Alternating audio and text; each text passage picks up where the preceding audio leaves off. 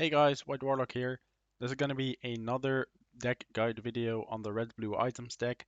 This time I'm talking about one specific matchup, which is red purple. So for red purple, there are some key cards that act way differently than in every other matchup and are prioritized way higher than in every other matchup. So first I'm gonna talk about a card that you should play completely differently against red purple than against other decks, and that is the Fang Crossbow. I've added an additional card here because if your matchups are red purple all the time in locals, then you might want to add a third Fang Crossbow because Fang Crossbow is sometimes basically a Dragon Fire on turn 3 and it's inkable against a red purple's best play, which is turn 1 Chernobog Followers, turn 2 Flynn, turn 3 Sisu, Hand Sisu. And if you play this on turn 3 and kill their Sisu, especially if you play the turn 2 LeFou, that is super worth it. Even though you think you're maybe like skipping your turn, not doing anything, we have the late game, and against red purple, you want your opponent to be at as low as a lore total as possible.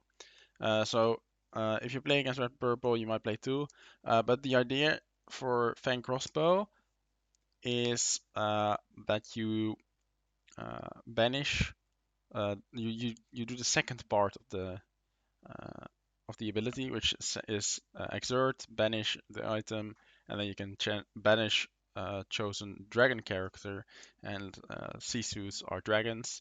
Um, Red Purple doesn't play Maleficent Dragon anymore, but if they somehow do, then this also kills a dragon.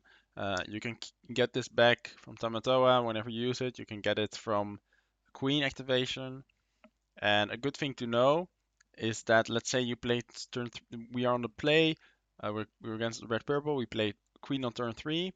They played their Flynn on their turn two, and then it's their turn three. They play hand Sisu. We have enough cards in hand for it to be bigger than queen, which is very likely. Um, then if we get the Fang Crossbow from the Queen, we can, instead of taking it for free, we can put it into our hand and then play it and then kill this Sisu immediately because then it doesn't enter exerted.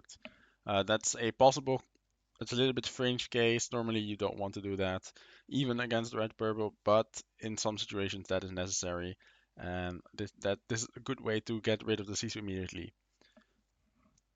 So we talked about this. Now I want to talk about a combo. So normally you don't keep a Sisu, you don't keep an Ice Block if they're alone, but both you can keep them. And against red purple, that's pretty good. So if you have enough inkables and you have this combination, then keep both of them. And you want, especially on the play, on the draw, it's a little bit worse. So on the draw, if you have more uninkables than you would like, then you can mill them both. But I wouldn't do that in general. What you can do is you can ice block the Flynn on, like you can play it on turn one, and then on turn three you can ice block the Flynn and then kill the Sisu. And maybe later in the game, if you have no cards in hand anymore and you top deck a Sisu, you can kill the hand Sisu, but that's obviously not very relevant. Um, so against like red blue, for example, you could cut both, or you can keep only the Sisu for the Hyrems. But against red purple, if you have both and you have a hand that can support these two uninkables, that most of the time that means you have five inkables and one or two of which you will definitely ink. Then Sisu plus Ice Block should be in your mulligan. Then I'm going to talk about Be Prepared. So be prepared is most of the time, even against red purple, I would say 99% of the time a mulligan. However, you could, if you have support with Fishbone Quill, you could take this and play it on turn four. Also works against aggro matchups, hyper aggro, stuff like that. So you can keep that in mind if you have a hand that supports playing turn 3 Fishbone Quill and inking enough stuff. um, so that you can play a turn 4, sorry, turn 4, turn 5 be prepared. Um, and that can help a lot against non-castle hands of your opponent. And then let's say after that you can Maui Maui stuff, right? Now we're gonna talk about Brawl. So Brawl is against Red Purple is basically keep all four. You will probably use one as one or two of as ink, but the other two or maybe even three you will use immediately. Um, you want to against Red Purple, you really want to keep them at low of a lore total as possible so that you get a little bit of a free time to set up your own engine in the middle game. And you get some time to answer a castle if you cannot do it in one turn, which does happen in this deck. So if you can give yourself some time by giving them 2 free lore from the castle, but early game kill their characters, that's good.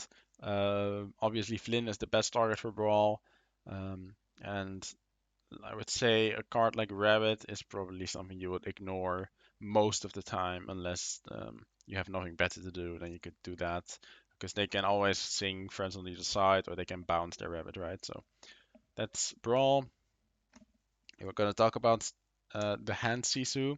So currently I play two of these, which is different from the last videos, or the deck guide video I did. And then I played Scuttles and Grainstone Dragon and Maurice, which I currently do not play, but this is the Sisu is just a test, and it should be good against Red Purple. So I'm testing two Sisu and four LeFou and zero Scuttle instead of three LeFou, three Scuttle.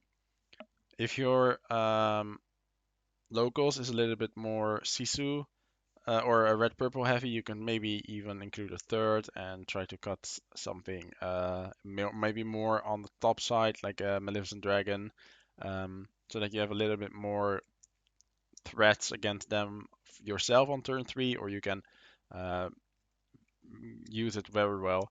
It is a little bit vulnerable to Fox, but if they spend their whole turn foxing the Sisu, that's okay. And it's a good answer into red purple, especially on the play when they probably have more cards in their hand than you. And if you can like play item on turn 1 and 2 items on turn 2, then the Sisu then your Sisu will almost always be bigger than theirs. So if you're against red purple a lot in your locals, try to fit a third and play the Sisu over the Scuttle. If you're if you play a lot against green steel or red blue or blue steel, then I would probably just play the Scuttles. But I'm currently testing this, and maybe I like this more anyways. But I will update you on that in a in the next video or later video on cards choices you could make, and this would be one of them. So now we come to the last four, and these are really the key cards against red purple. And like these two are cards that you would mulligan against every deck except for red purple most of the time. So let's start with LeFou and Shield. So Shield not only helps queen activations, like get you more queen activations, it can also ready characters to kill their castle or like their character if you can, let's say, attack twice with Maui. So the shield can be very useful if you really need to. You can use your queen as an attacking character and use your shield to attack twice. Um, or well, and LeFou kind of serves that same purpose. However, LeFou is also a very good turn 2 play on the draw against Red Purple when they play turn 2 Flynn, because they won't have a 3 uh, strength character, so you can play LeFou as a response. Doesn't matter that it doesn't have gain value after that, it's just a 2-2, but that's okay. Uh, you can quest with it, or you can keep it on the board, so that if you play a Maui on turn 5 against their um, castle, you can attack the castle for 8 and kill the castle immediately.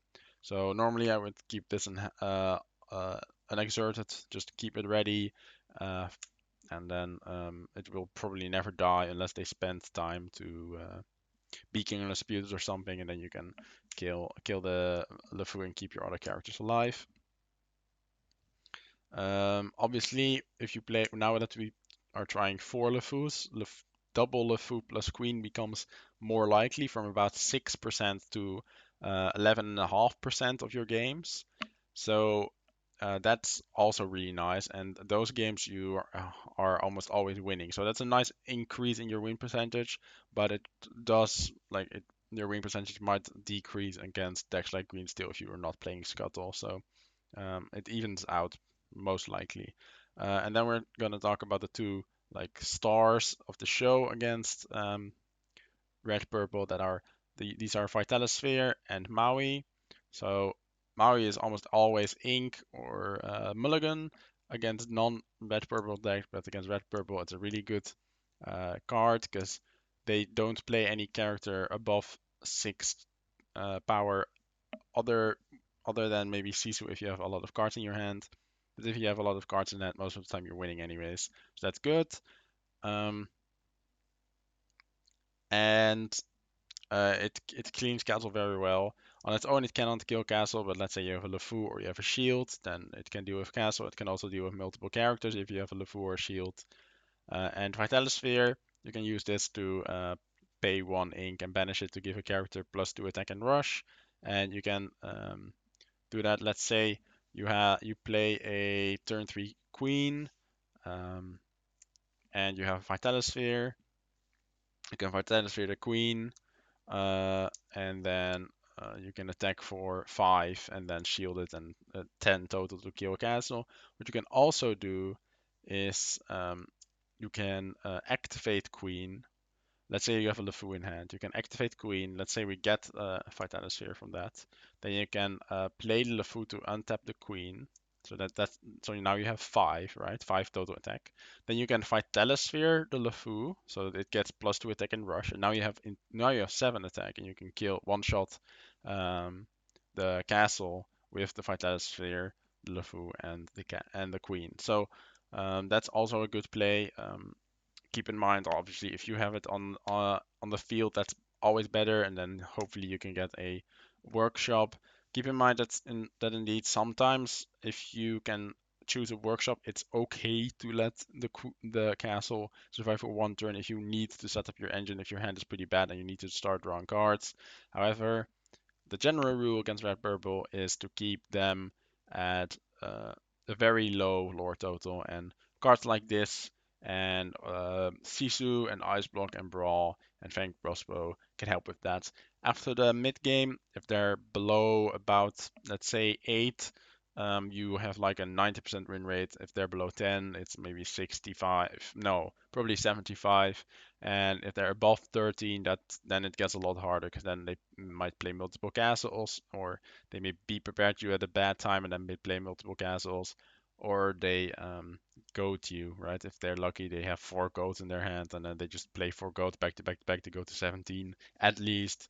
And then if they kill all their goats, they win immediately, right? So sometimes you're just getting high rolls. That's the problem of red purple. However, I would say that when you're playing a challenge, you could count on one running green steel at all times. You're almost always winning the play, and you probably like have like a hmm, I think 60% win chance most of the time against green steel on the draw. So you could um, get that 2-0, and then maybe red purple is a 1-1 because I've honestly almost never lost against red purple on the draw. On the play on the draw I lose a lot, and that's something I need to practice more. Um, but against red purple on the play it's pretty easy most of the time, unless they have the complete nuts and you don't have the answers. And let's say you were not mulliganing for red purple because it was game one, for example. Um, yeah, that was my guide on how to beat red purple, or at least how to use these cards to increase your win percentage. It is still quite high rolly deck with a combo that is harder to beat.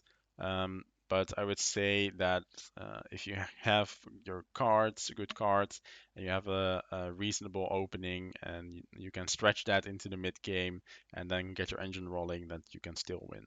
I hope this was helpful to you.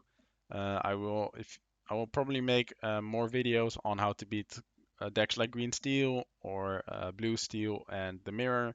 Let me know what you would like first. Thank you for watching.